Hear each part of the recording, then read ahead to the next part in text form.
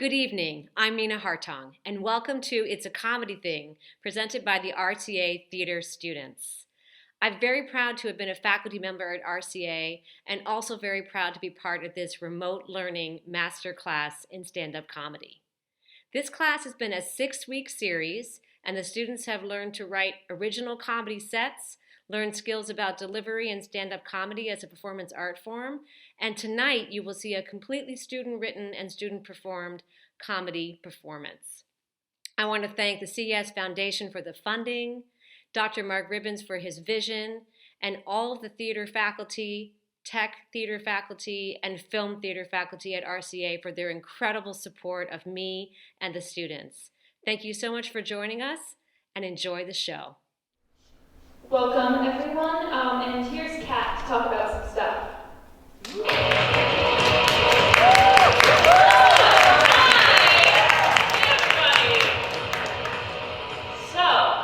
The reason we are all here right now is because earlier this year we received some great news when we heard that Nancy Citarelli, the president of the C.E.S. Foundation, had accepted a grant that would allow us to work with professional comedian and former RCA teacher, Mina Hartong. Woo!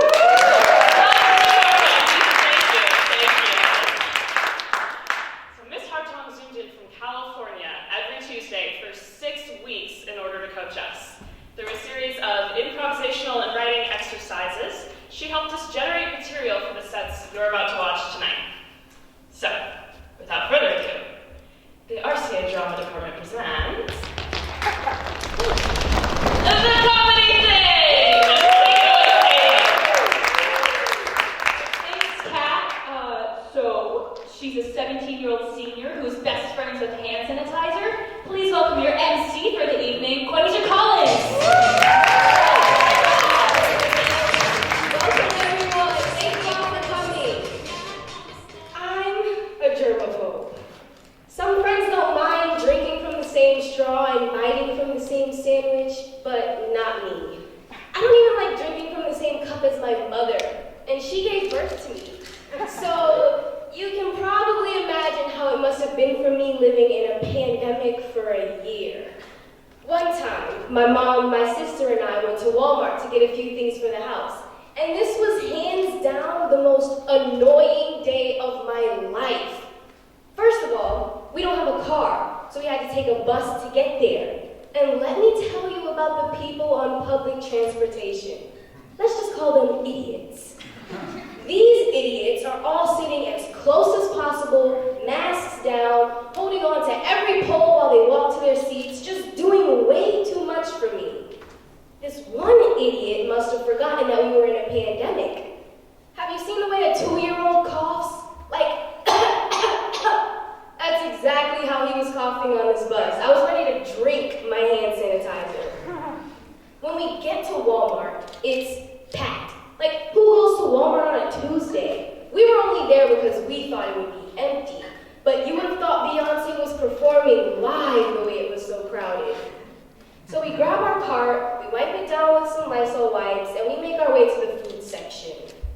I'm just standing there waiting for my mom to get whatever she needs from the aisle, and out of nowhere,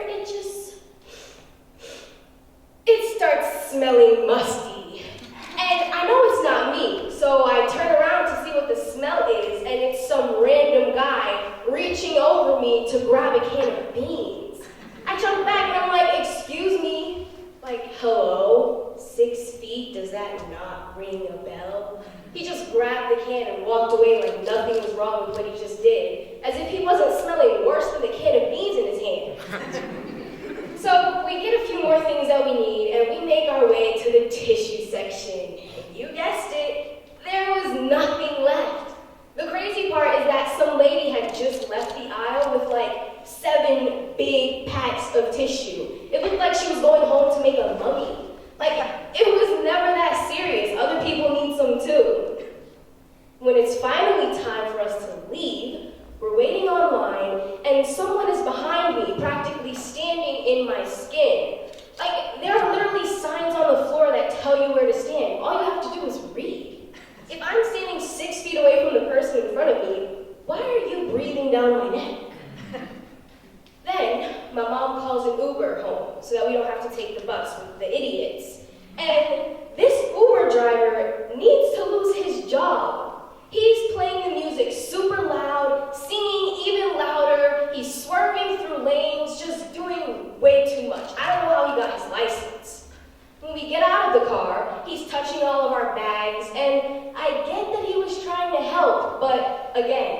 in the middle of a global pandemic. When I get in the house, I took a shower and practically bathed in Germ-X. I haven't stepped foot in Walmart since that day. That's my time. I'm your MC, Quadasia Collins.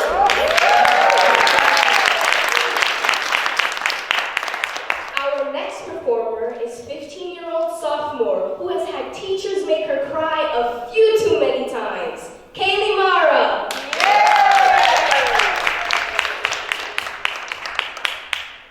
Thanks, Quadasia.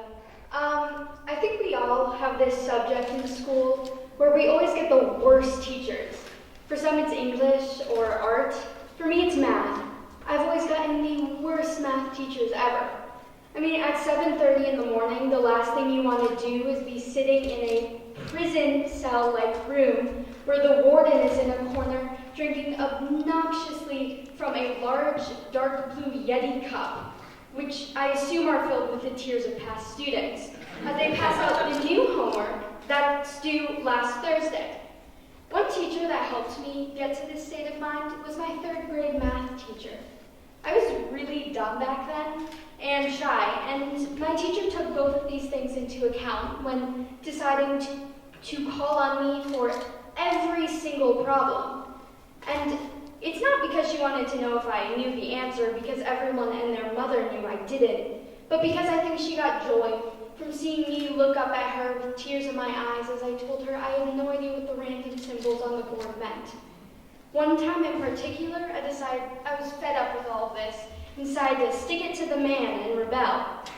The man being a 50, but not looking a day younger than 86-year-old woman. I decided to cheat. And I was an 8-year-old child, mind you, so I got caught immediately. And as she made the gesture for me to follow her into the hallway, the whole class lost their mind. The way an elementary school class reacts to someone getting sent into the hallway is like how the media reacts to a politician getting caught lying or a celebrity getting a divorce. It happens all the time, but people still make a big deal out of it. You know, I got to the hallway and I started to fake cry, thinking I could get a few pity points out of this woman. But as I looked into her eyes, I didn't see any sympathy, but the overwhelming desire to feed my small body to the class pet, which were crickets, if you wanted to know. She might have been saying, "I'm not angry, I'm just disappointed." But the look in her eyes told me that what she really wanted to say was, if I didn't have to rely on this job for money to pay my bills because my deadbeat husband doesn't do anything to bring home money, then I would cause physical harm to you. But obviously, since she couldn't, she gave me a slap on the wrist and gestured me back inside. For the rest of the day, I didn't need to fake cry because I was sobbing at this point. And as I got back into the classroom, I realized the moral of the story is, if you're going to cheat off the ginger next to you, be more slick about it. And I may have hated her then, but I think because of her, I've gotten so much better at cheating. So I truly thank her for that. That's all my time. Thank you so much.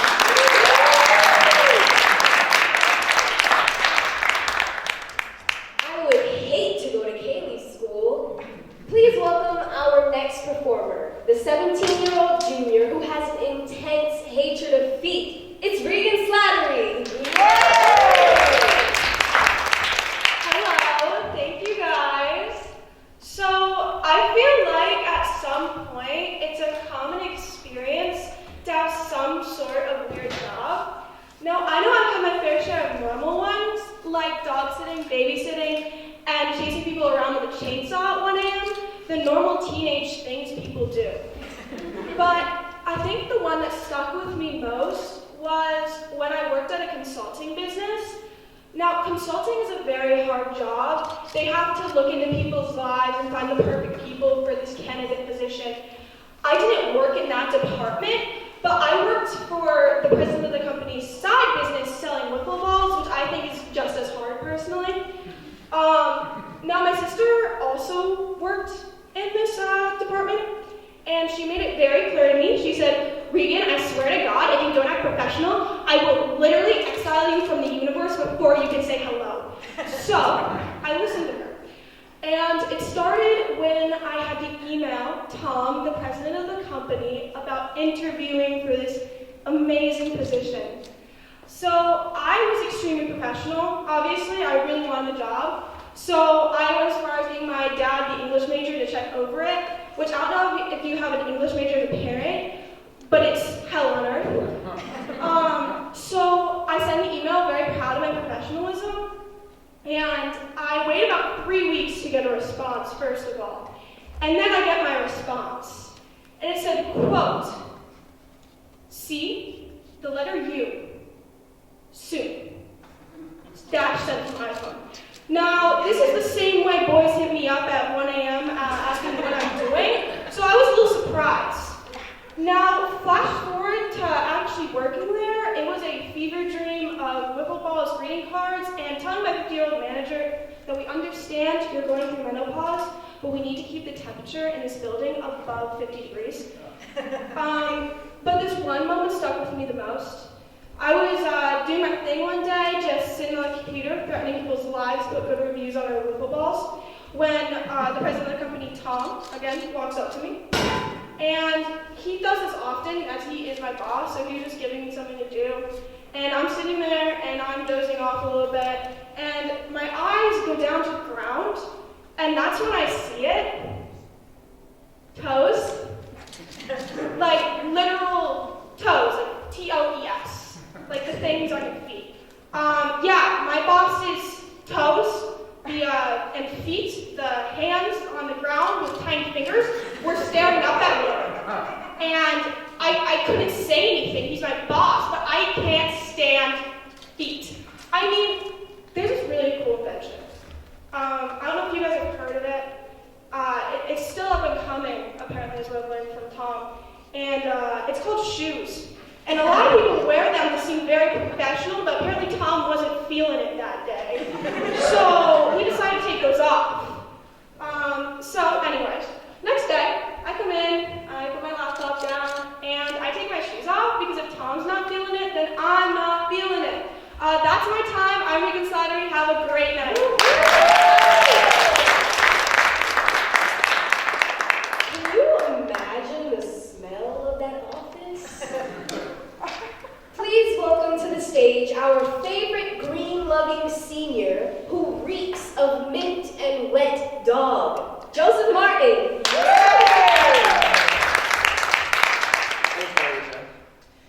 I have two little sisters who I usually talk about really often, but a lot of people don't usually know that I have a brother.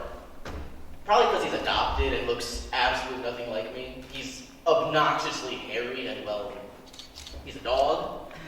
Now, I love him, I really do, but when I get home after a tough day of education and social contact, which, let's face it, any social contact is too much for our generation, I don't want to do anything yet. But of course, the second I touch that goddamn couch, of course, I hear him running down those stairs, and 2 seconds later, his tongue's dragging across my face. He's just speaking to me, yelling at me, talking about it.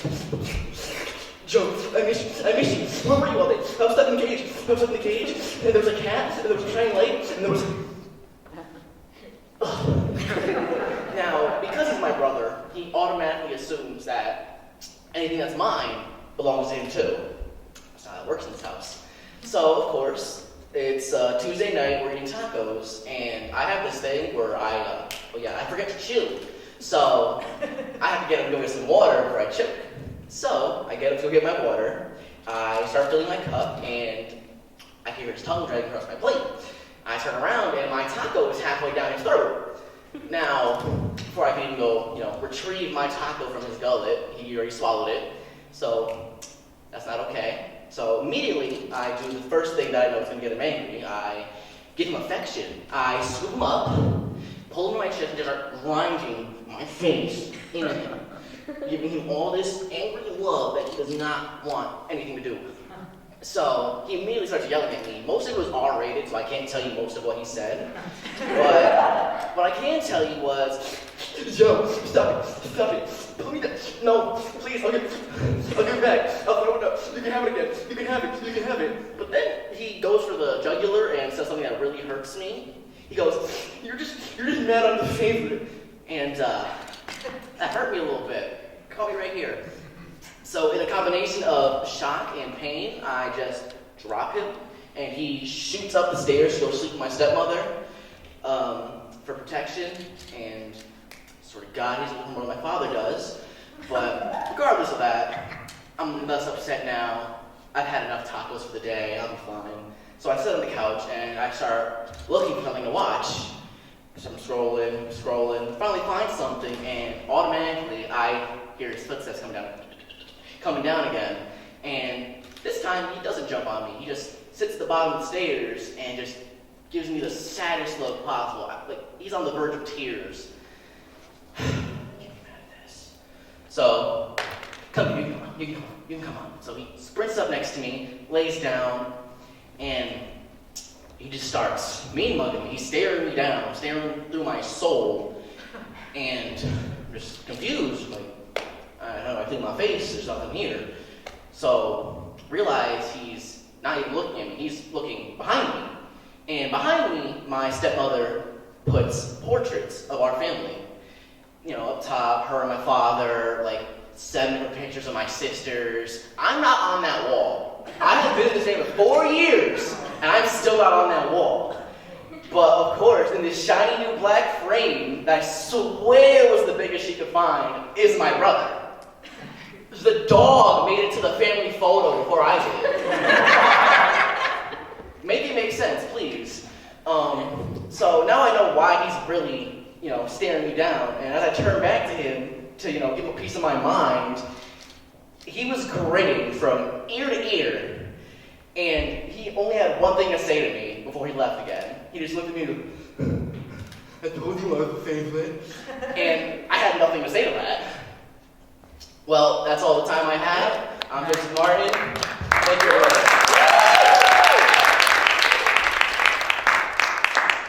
That's just messed up.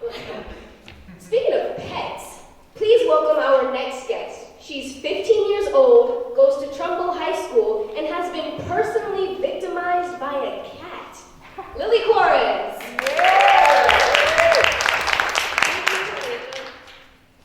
I love animals, and me and my family always rescue our pets. But what happens with rescues is they always have these weird little quirks. I have 3 cats. One of them is Rugby, which is a weird name, but he's like a normal cat. He likes people sometimes, but you do have to give him his space. And then there's Justin, which is another weird name for a cat, but I named him when I was 3, and I was obsessed with Wizards of Waverly Place. And I named his brother Max, but he died from cancer. But anyway, Justin is really, really bad. And he's so bad he can't even walk. But he has this thing against Rugby. He doesn't like him. So he tries to attack it. But he's so bad he can't walk, so he just kind of wobbles his way after him. And then there's Simon, which is another weird name, but I can't explain that one. He is absolutely horrified of everything. I can't get within 10 feet of him without him running away, terrified. And usually he just runs away, I don't know where he goes, but recently I found out that he likes to hide under my bed from me. And I found this out one day, just walking by my bed and minding my business, when I feel a scratch go all the way down my leg. So I run away screaming, and I see Simon run out of my room. And I'm just left there traumatized. And the next day, I try to go to the bathroom, which is not a good idea, because Simon was in the hallway. So after what happened yesterday, I'm just like slowly backing away, but then he pounces on me. So I run away, I don't know where to go, because how do you escape a cat? So I jump on the bed, and I'm like, okay, I'm safe. No, cats can jump on beds. So then I'm like, okay, this is the end, he's gonna scratch my eyes out. But he didn't, which is good. So he went to the other room. But ever since then, I've been living in constant fear of Simon. Even if I just see him, I'm shaking, terrified. And it just makes me so angry because I do literally everything for this cat. I give him food, I give him water, I give him everything that he could possibly need, and he just attacks me. For what? It's not like I abuse him because he's a rescue and like traumatized. You don't have to call Peter on me, I'm not Shane Dawson. Thank you, Lily Flores. I've also been abused by cats. They're just evil. He's 14, lives in Fairfield, Connecticut, and has an overly Hispanic father. Please welcome Victor Maldonado. Thanks, everybody. Thanks, everybody. All right, so how many of you have at least tried to learn a new language? Yeah. All right, so you guys already know how difficult it is. And when you started, you probably thought, man, this is going to be great. You know, I'll work really hard for like maybe a month or two, and I should be fluent by then. Now, raise your hand if that happened.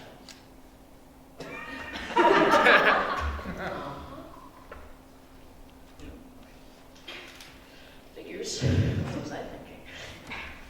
Anyway, I've been trying to learn Russian for 3 months now, just so I can freak out old people who lived through the Cold War. What I'm talking about, the people who still think that Russians are tapping their phones.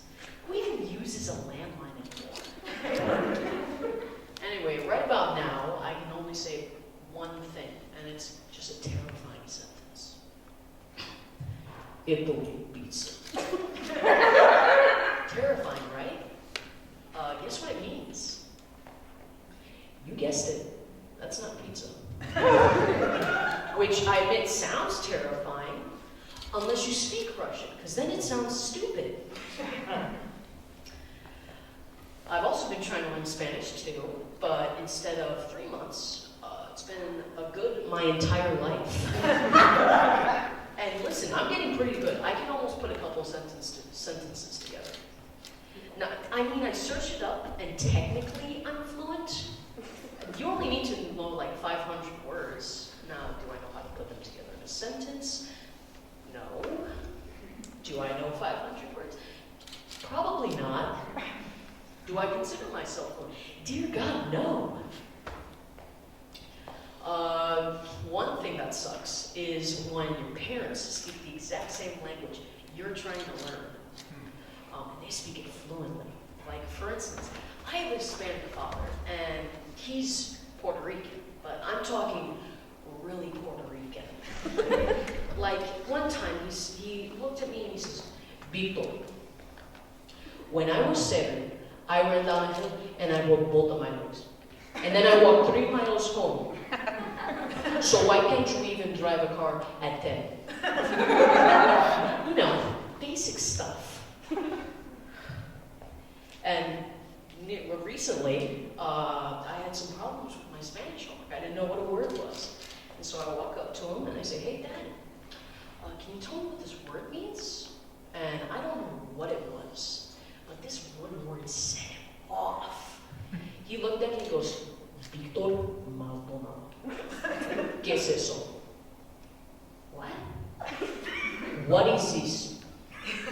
So, I don't know what it is, that's why I asked. No wonder you don't know what it is. It's not Spanish, it's Italian.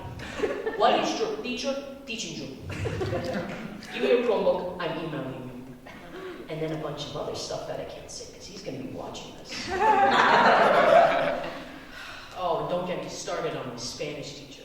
I'm pretty sure the guy doesn't know what job he has. Like, for instance, one time I was in person, on time, in front of him, because he doesn't trust me. And I go home, and I check into the campus, and I see that he marked me absent. So I email him, and I say, what gives? And he says, you didn't say here when I called for attendance. What? I'm sorry, but is raising my hand not enough? You didn't tell me I had to say a key. You didn't tell me I had to hablar. Oh, and then he just... I gotta go. My dad is shouting at me in Mach 10. I'll see you guys later. I'm Victor Maldonado. Have a good night.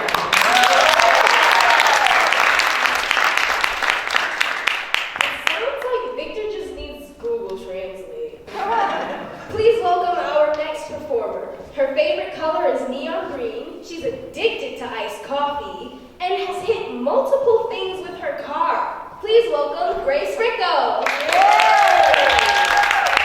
you. Hi. You know what I love? Driving. There's absolutely nothing better than driving by the sunset, listening to your favorite music, or speeding down the highway, screaming and bawling your eyes out. I love it, but I suck at it.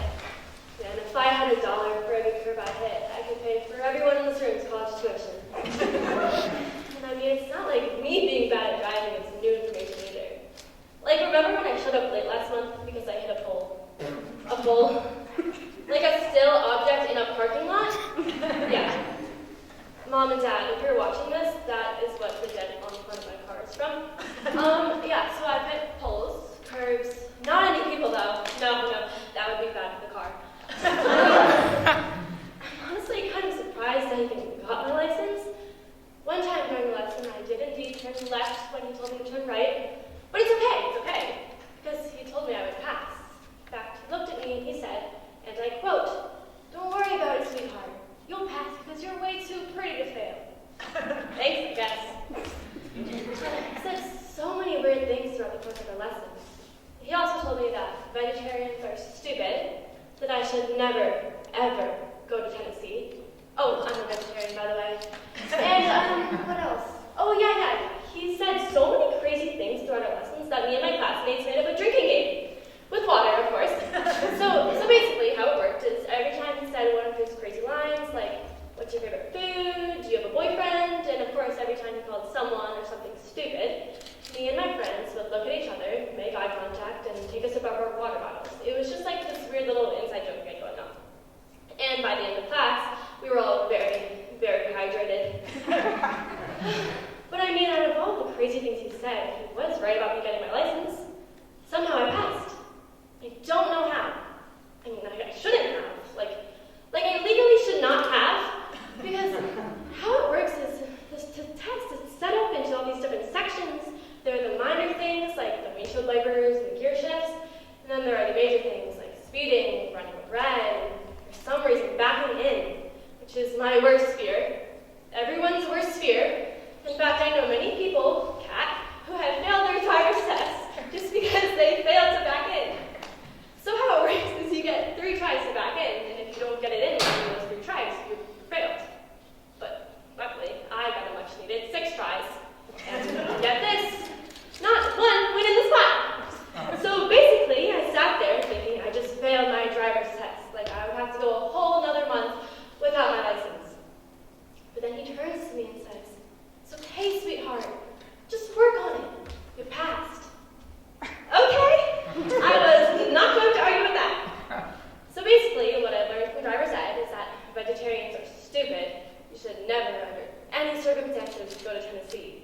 And that in order to get your license, you don't actually have to be good at driving. You just have to be pretty enough. Okay, well that's all my time. Thank you for coming.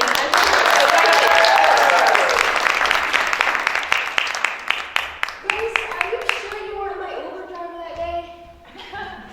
Please welcome our next guest, who is interested in acting, likes Pembroke Welsh corgis, and wishes he was taller. It's 15-year-old Alexander Cordova. I'm going to try keeping this short. I don't know if you can tell, but I'm not the tallest person in the world, nor am I average size for my age. What I'm trying to say is I'm short, just like pequeño. I hate it so much because most of the time I'm used as an armrest, and at least people don't assume I play basketball. They assume I'm 9. Besides that, people call me a lot of things like little man, little boy, pipsqueak, and clumsy from Smurfs because I'm clumsy and I'm short. And another thing that sucks is that people have to bend down in photos, and that makes me feel really short and that makes me really sad. Not really, I don't really care. But how much about maybe 5'8" by December, or even taller than that? Anyways, as you can tell, being short is annoying because I really don't like having to climb the shelf at the supermarket just to get some ramen noodles that are on the top shelf. And I'm not going to ask an employee to get it for me because that's just weird. I want to show the tall people I can get it myself, okay?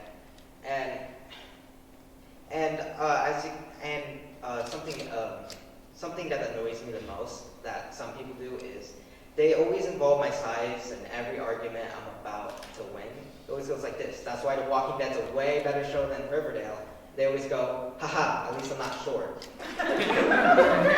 Also, sometimes when I say hi to people, some of them will bring up my size. I'll be like, hello, and they'll be like, short Lamau. And that's not very popular.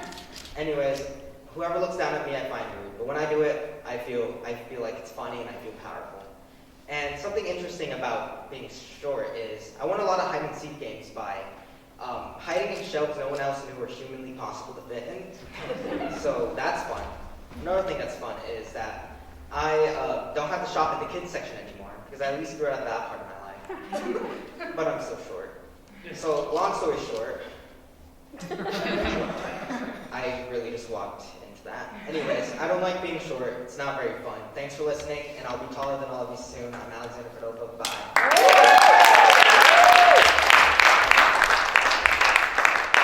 He thinks he's got it bad. I'm barely 5 feet. Please welcome our next performer. She loves animals, is from Stratford, Connecticut, and loves to scare the heck out of her mom. Put your hands together for Grace Molina. Thank you. So, I love her. I really do. She's the most fun person to be around. We can go to a party where my mom will not have one sip of Kool-Aid, also known as tequila, and she'll have the time of her life. But, truth be told, she's a scaredy cat. She's 40. You know what? I'm not going to say her actual age because she might just horse kick me to Mars. And because she can so easily be scared, I can't do a lot of things with my mom, like watch scary movies, go to haunted house, show her my ways on public school. It's crazy. And I remember this one time, me and my mom went to this haunted house, and I mean, of course my mom couldn't say no, because she can't possibly say no to her favorite child. Which is me, by the way, for my brother and sister at home. And so, when we were walking together, my mom was holding my arm and keeping her head down the whole entire time. Which was probably for the best because, you know, a clown would just come out of nowhere at like the worst possible times. And I already disappoint my mom enough with my terrible, and I mean absolute terrible, cooking skills.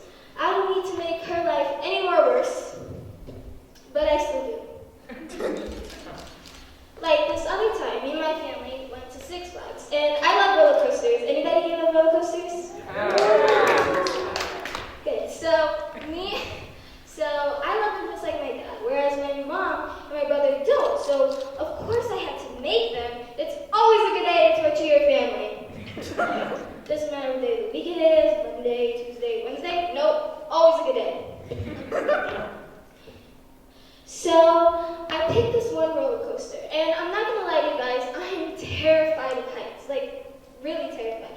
Just like I'm terrified of talking in front of people, but here we are. And so I finally convinced my mom that she's gonna have the most fun on this roller coaster, but you know, this time without the tequila, of course. And when we got on the ride, we started going higher and higher and higher, and then dropping down low again. And no, I am not talking about a dance move.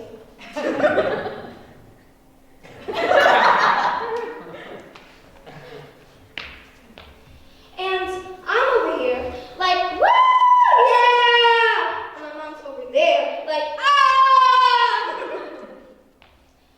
And then I held my mom's hand the entire time because, I mean, it's the least I could do. But when we got off the roller coaster, my mom was like, I just knew I'm never, ever doing that again. Well, you probably said that after you gave birth to my brother, and well, you obviously changed your mind. That's all for tonight. I'm Grace Molina.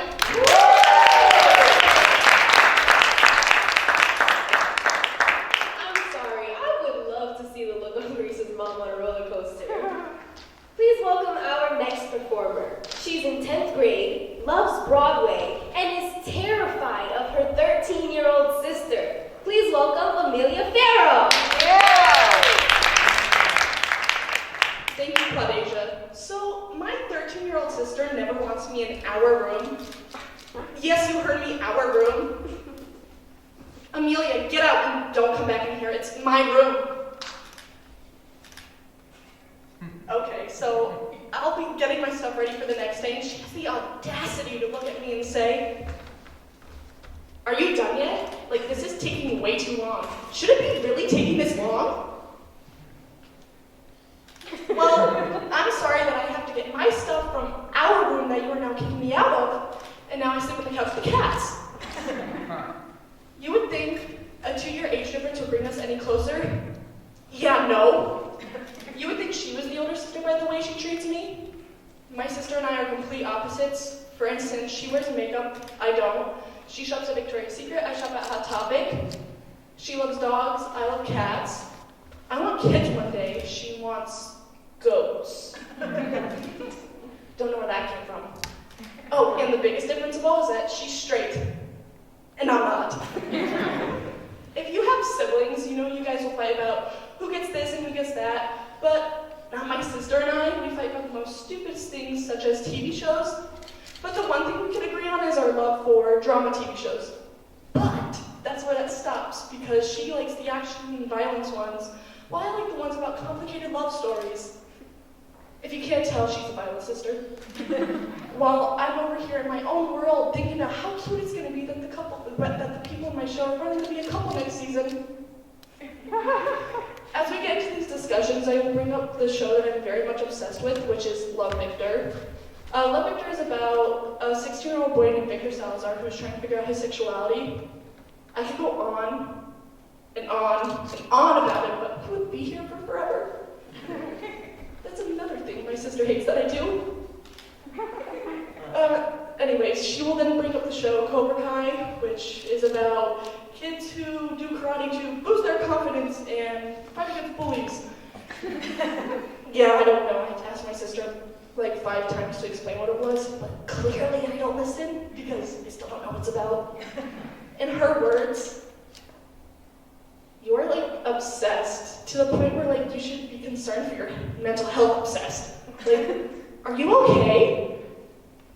I don't know what she's talking about. It's not like I'm watching all 10 episodes of Love, Victor in a day again. Back to the fighting. We normally fight about who's the prettiest in each of the shows. I will bring up the gorgeous actor and actress Isabella Ferreira and George Sear. She'll bring up a man with flowy brown hair and a 6-pack. I don't know his name. Clearly I still don't listen to anything else she says. Then the fight will escalate to where I go on and on about Love, Victor, and then I get noticed by the Isabella Ferreira, who is in the show, and she called me pretty. And then the fight will usually end to where I go on and on and on about Love, Victor, and my sister obviously getting annoyed, and then she will look at me with her evil eyes, tell me I have a problem once again, and that I should get some help before this turns into a serious problem. Then she will turn, put her AirPods in, and walk right back into our room that she still won't let me into. Well, that's all the time I have for tonight, folks. My name is Amelia Farrow. As a younger sibling myself, we just need our space. Our next performer is 16. She likes coffee and is probably running on 1 hour of sleep right now. Please welcome Isabella Luciano. Thank you, Quadasia. Right. So, you know, dreams.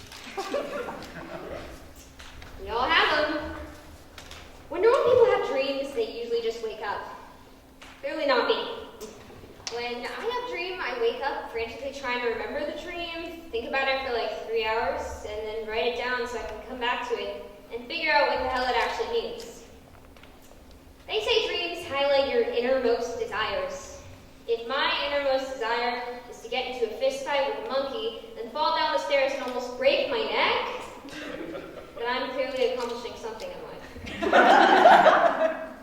Apparently, when you have dreams of losing all your teeth, getting punched in the mouth, or losing your teeth to the Easter Bunny, it means that you have a deep, dark fear of losing all your teeth. Maybe that's why I hate going to the dentist, because you aren't sure if they're going to clean your teeth or rip them straight out of your mouth. Sometimes you can wake up with gaps in your dreams, places where you just You could be sitting there peacefully, not expecting pounding on your door. This is the FBI. We are apprehending you for the murder of the president's dog. Please open up and cooperate. But wait, I didn't. Don't take me. Was that a dream, or did I just... Oh, okay. That was crazy. You could be in paradise, sipping tea with the Queen of England, when suddenly, hey, get out for school! You're late, or you're hitchhiking on foot! Okay, Dad, I'm coming. Give me a second. So, nightmares. They're like dreams, but so much worse. But they do teach you a couple of lessons for the future. 1, never trust the people from your past in your dreams. 2, if you are suffocating, do something so you don't die. 3, if you see a clown coming closer and closer towards you, run.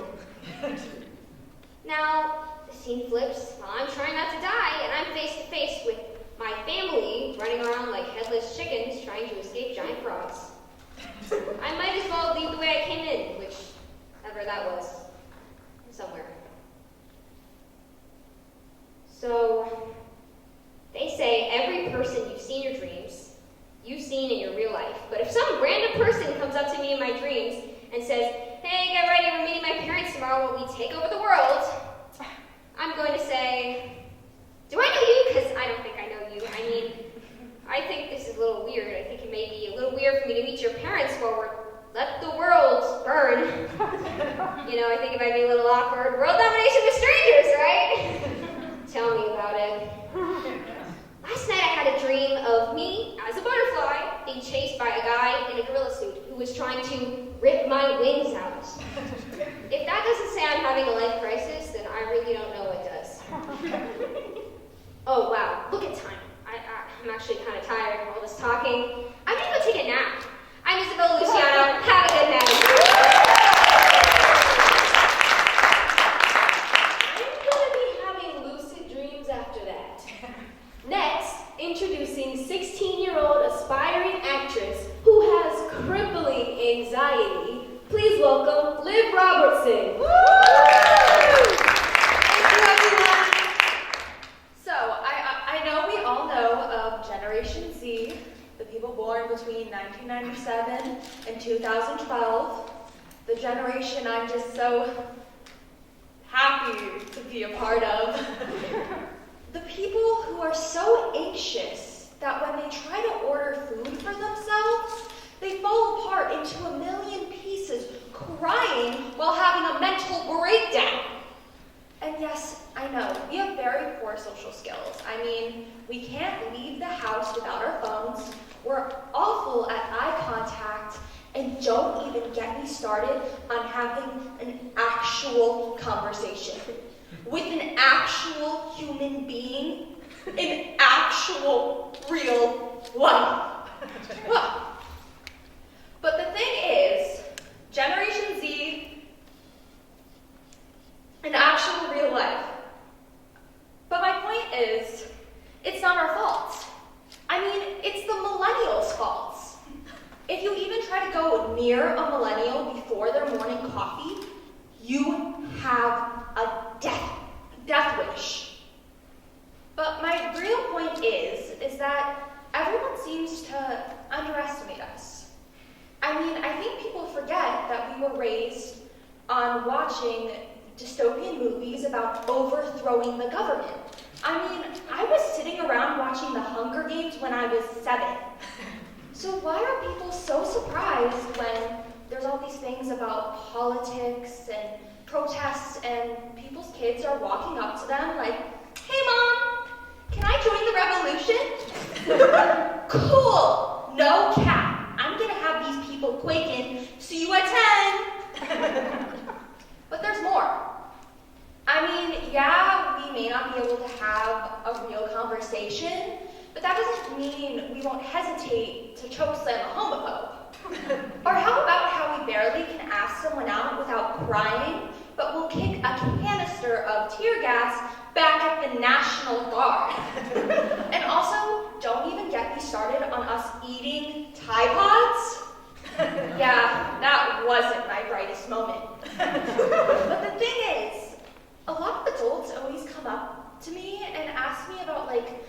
daily schedule, like what I do, and I don't really know if it's because they're intrigued or it's the reason they want to put me into therapy, but it always goes a little something like this. Susan walks up to me and she's like, "Hey, sweetie, how was your day? What did you do?" And I'm just like, it was boring.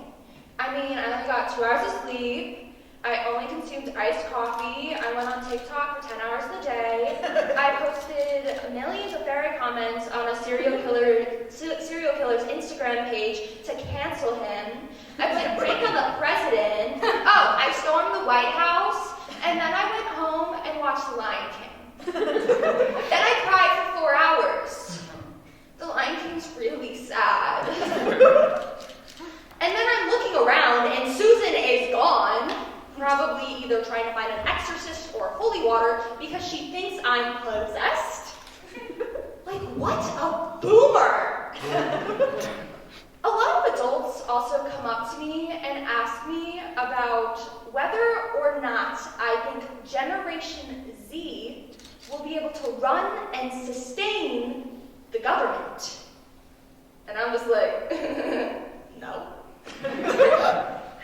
Like, to be honest, I don't think most of us don't know the difference between debit and credit. All right, thank you very much. I'm Liv Robertson. Have a great night. That just gave me a little bit of anxiety. Our next performer considers her cats to be her best friends, loves studying Shakespeare, and thinks revenge is a dish best served cold. Please welcome Cat Corrigan. Thank you. Good to see you all again. So, I work at an ice cream shop. And at this ice cream shop, all my other coworkers are also teenage girls. And in working at this ice cream shop, I've learned something that I think we all already knew to be true. Men are creeps. In the summer or on weekend nights, we'll have hundreds of customers come and go in the span of a few hours. And instead of ordering quickly to keep the line moving, these grown men will stop to ask us questions like, "Do you have boyfriends?" Or, "Have you said I love you to them yet?" Or, "How are you maintaining your dating lives during a pandemic?" The oldie, but a goodie. How old are you guys? 18, no way! I could have sworn you were 22. And the old men will always ask for soft serve, and you know you're in trouble when they order it on a cone. So you'll go to hand to them, and they'll be all, whoop, whoop, whoop. Oh, sorry, I couldn't get a good grip on it there. Once a man reached out to stroke my coworker's hair and passed it off as butterfingers. Or there was the man who waited until his toddler son and wife walked out the front door so he could lean across the counter to ask my 17-year-old coworker for her phone number. And I know it sounds awful, but I couldn't help wondering, why didn't he ask for my phone number? So basically, people treat our fine establishment like it's a cat house. And in our house of ill repute, our pimp is our boss. Let's call him John. John is the man responsible for hiring all these pretty girls, and he also takes a healthy interest in our love lives. But my favorite thing about him is his repertoire of one-liners, including but not limited to, "Cat, you're easily a solid 8 or 9 without the mask, but you got chocolate all over it, it's bringing you down to a 6. Take the damn thing off." "Yes, boss. Whatever you say, boss." Or after a town-wide power outage left me without running water, "I want you to know, I'm real grateful for all you've done for the store. So if you need to take a shower, my door's always open." Ew. Personal favorite. After witnessing nothing but my father dropping off some car keys for me, do you think, because you're not close with your dad, that you see me as a father figure? Oh, sorry, was that too uncomfortable for everyone? So by now, you're probably wondering why I still work at this place. And to be honest, the other day John asked me if I'd lost weight break, and I had, but he was the only one who had noticed. But in all seriousness, it's the only place in town open past 7. We don't have to compete with older workers for shifts, so we kind of just have to sit and take it. But we do have our ways of getting revenge. There's simple stuff, like giving customers larges when they ask for smalls, not charging for toppings, but one I like is we have these huge vats of vanilla extract, very expensive stuff, with pump dispensers to put in the soft serve mix. And John's always stressing to put in as little as possible because it saves the guy money, even though it makes the stuff taste like ice. And I'll be going in like, screw you, John! I hate you, you pedophilic ass! And we're so graciously granted 1 free ice cream per shift. But I add one on for every time John tells me I look nice in my leggings. I usually end up going home with a few pints for the family. Oh, would you look at the time? I'm going to be late for my next shift. That's all I have for you. I'm Kat Corrigan. Have a good night. I was thinking of going to get ice cream after this. Not anymore. Our next performer is 5'4", a Taurus, and is claustrophobia personified. Please welcome Sage Sperling. Thank you, Corrigan. Thank you, everyone. Hello. I hate people. Do not talk to me, do not refer to me, do not get into my personal space bubble. There's about 5 people I'm allowed to get close to me, and even then, they're pushing it. I just think it's really weird how you'll find someone, and then you'll talk to them, and you're like, oh my god, hey girl, what's going on? And then you have like similar interests. And then all of a sudden, they're asking you what you did May 3rd of 2018 in the back alleyway with your 2 ex-best friends. Or you're talking to someone completely different, and then they walk up to you, and they give you a hug, and you freeze. And your teacher sends you to the guidance counselor's office because they think you have something going on at home. No, it's not that time of year yet, Martha, but it'll happen soon, it's almost fall. Yeah, sure, I base myself off of anime characters that I see, and yeah, bullying has shaped my very abrasive and antisocial personality, but something these things have not prepared me for is how people view me. Now you probably wonder to yourself, what does this have to do with anything, Sage? Are you crazy? No, I'm not crazy. I have come to the conclusion recently that people think that I'm scary. Or as adults like to call it, oh, you're just confident, sweetie, you're just intimidating. No, I'm scary. Let's just put this into perspective for a second. I'm friends with giants. For my anime lovers, titans. I have to strain my neck up to talk to them. Oh, hey, Josh. How you doing? How's the weather up there? Is it warm? Because it's freezing down here! And, yeah, we'll go up to any random stranger, and we'll be like, who's scary? So I'll like, yeah. And I'm just standing naturally, and they're like, yeah, the tiny one. That's an accomplishment! I am the god among men in this place! Like, I mean, I don't have to do anything to be scary. Like, I just introduce myself. Like, I was introducing myself to a bunch of new people because they're freshmen, and you know, that's the polite thing to do because morals. I don't have a lot of those, but that's a pretty standard one. And I'm out for a day, and I get a text from my friend saying, they opted you the scary one. Oh, I'm sorry, I forgot I'm one of the thousands of Gen Zers who can hold a stable conversation, and I can order food by myself without having a mental breakdown. Yeah, and this other time we were playing a game. Pretty standard stuff. Everyone stands in a circle. It's called Kitty Wants a Corner. The person in the middle says, can Kitty have a corner? While everyone runs back and forth behind them. And I swear to God, I swear to whatever deity is up in the sky, this kid looks at me straight in the eye and he goes, I'm not asking you, you're scary, and he promptly turns away. Oh, I'm sorry, let me just reel the personality back in for you a little bit. Another, frightening thing that I do is I show emotion. Cardiac arrest. I know, it's because I'm secretly an android, but I don't know how everyone figured that out so quickly. So, one time, I was at a competition, and I ran off stage bawling because I forgot my words. I was like, I don't remember. Can I do it again? And everyone looked at me like I was a cyclops. They were like, oh! She's crying.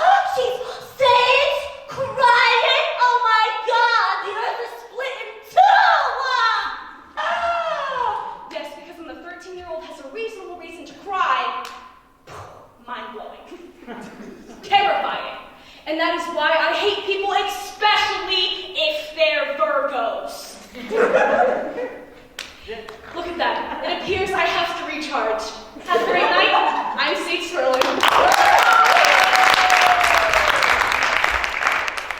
that wasn't scary at all. Please welcome our last performer. She has 2 cats, is a self-proclaimed cottagecore enthusiast, and really, really hates symbolism. Please welcome Sadie Walker. Thank you, everyone. I have a genuine question for all of you guys. Okay. Why do English teachers hate us? I don't know. Why do they get a thrill out of the whole class crying collectively over a 5-page essay, which is almost always on symbolism, which isn't bad, but it's tiring. I mean, I really don't want to have to compare Sally's favorite color to how depressed she is. Ooh, sorry, Sally. Another question. Why is old classic literature so hard to understand? I have to go Google Translate to actually know what I'm reading. I mean, Jane Austen 100% had to have owned one of those word-a-day calendars, because I don't know how she fits all those words into her writing. It's atrocious. It's abominable. I ran out of words. Why is classic literature so detailed and dramatic? It's dramatic to the point where it's like Keeping Up with the Kardashians, but set in 1887. And yes, I love to read about scandals and secret affairs, but I don't want to have to read a whole page describing in vivid detail a leaf falling to the ground, symbolizing the change in seasons, thus the change in Margaret's feelings towards her mother, Sally. Sorry, Sally. So, last year in English class, great, I read The Great Gatsby, and honestly, I liked it. I thought the plot was interesting, the characters were complex, and I did not in any way imagine young Rob Lowe as Jay Gatsby. You know young Rob Lowe, who was Soda Pop in the Outsiders movie? Yeah, another book we had to read in English class and analyze. But yeah, so I liked The Great Gatsby, but I didn't like having to analyze the green light. You know the green light that one of the main characters sees across the bay that supposedly symbolizes a new future, the American dream, the 3 pieces of broccoli I had for dinner last night. And over the years, I've come to love writing essays, and yes, I know I'm a psychopath. I'm sorry. I just get to expand my vocabulary and work on my writer's craft. But you know the one thing I hate, other than symbolism, is actually starting an essay. If you know me, you know that I'm a ginormous procrastinator. And so it's like almost physically impossible for me to actually write the dang essay. But except that one time where I sat down and I wrote a whole essay in one sitting. It was for my journalism class. I sat down and bonked out a 750-word essay in 3 hours. 750 words. My hands were practically falling off. I mean, I was the physical embodiment of an armadillo. I'll give you an example. Horrible posture. So, yeah, and in order to actually stay focused, I had to either have no music or type along to the beat of an upbeat pop song, and it's like sleeping over the computer, just without the mouth, because that's physically impossible. And in order to actually stay focused, well, I had to type too, but, and over the years, I've come to love writing essays, I know, but I've also come to understand them as well.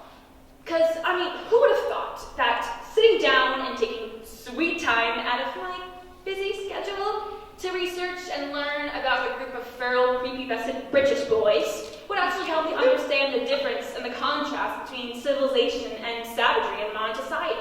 Or that 2 teens, who are angsty and in love, by the way, would actually help me learn about sacrifice and honor. I know, it's insane, but sometimes you just have to sit down and write. Actually write.